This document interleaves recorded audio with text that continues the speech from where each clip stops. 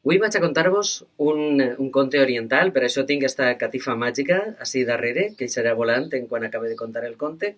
I és un conte, és una llegenda valenciana que es diu L'escala de la donzella, que ha replegat una versió de la meva amiga Alicia Casanova i que està publicada per Edelvives, en esta col·lecció Terra de Llegendes.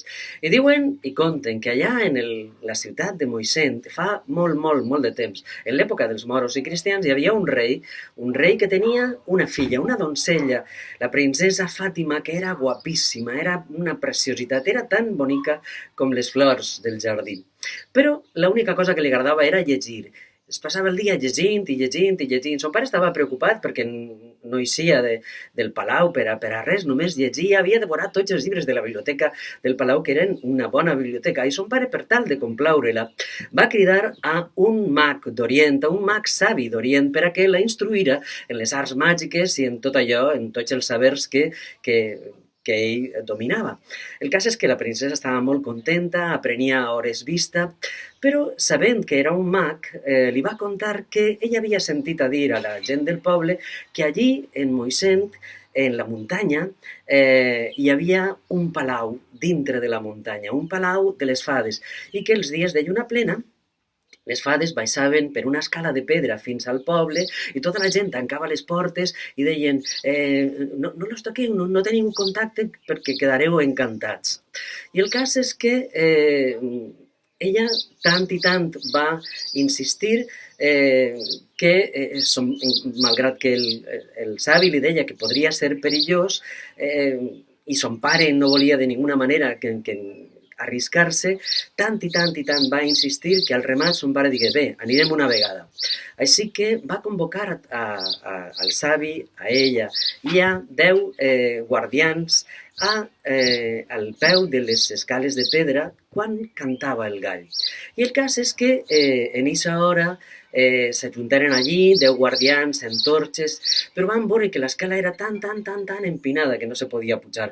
Però el mag coneixia una sendera, una drecera, per a arribar fins a la muntanya. Així que anaren per aquella sendera, arribaren fins a la muntanya, el vell mag va traure el seu antic llibre de conjurs i amb veu profunda va pronunciar unes paraules raríssimes en una llengua absolutament desconeguda, però quan acabà de dir-les, la muntanya es va obrir.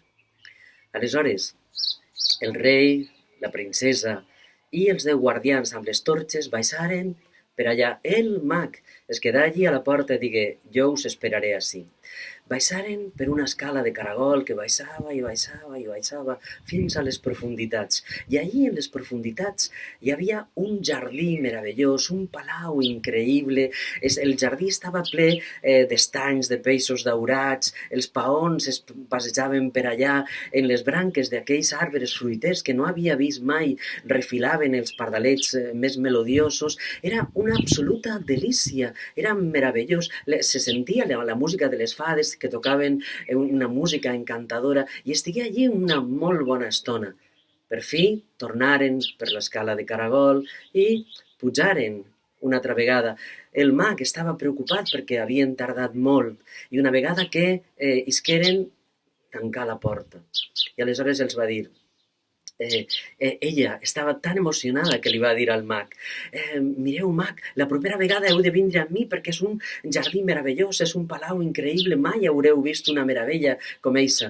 Però el mag la va advertir i li va dir, mireu princesa, no podreu tornar a baixar perquè és molt perillós, podrien succeir coses terribles. El pare de la princesa es va espantar i aleshores li va fer prometre a ella que de ninguna manera tornaria a baixar al palau de les fades. I ella així ho va prometre. Se'n van anar i aleshores passar l'estiu, la tardor, l'hivern, i va tornar a arribar la primavera. I ella sentia de quan en quant una veueta interior que deia torna una altra vegada, una sola vegada més. Clar, tant va sentir aquella veueta que una nit va agarrar en secret el llibre dels conjurs del mag i se n'anà a la porta, allà on sabia que estava la porta de la muntanya, va dir aquelles paraules i bom, la porta es feu un clavill en la muntanya i ella començava a baixar per allà. Baixava a pressa, a pressa, a pressa, perquè tenia moltes ganes d'arribar a baix al Palau de les Fades. Però de repent va sentir una altra vegada bom, com si la porta hi es tancara. I aleshores tornar corrents, corrents, corrents. I efectivament, ja no hi havia porta. Les roques s'havien juntat i no se podia eixir d'allí. I allí es va quedar tancada, tancada per a sempre. I diuen i conten que encara els dies de lluna plena se sent la veu de la princesa dintre de la muntanya. I hi ha qui diu que cada 100 anys, un dia especial en l'any, aquell dia en què ella va pujar, es presenta a la porta a algú per a veure si la pot desencantar. Allí porta més de 700 anys, però encara ningú l'ha poguda desencantar.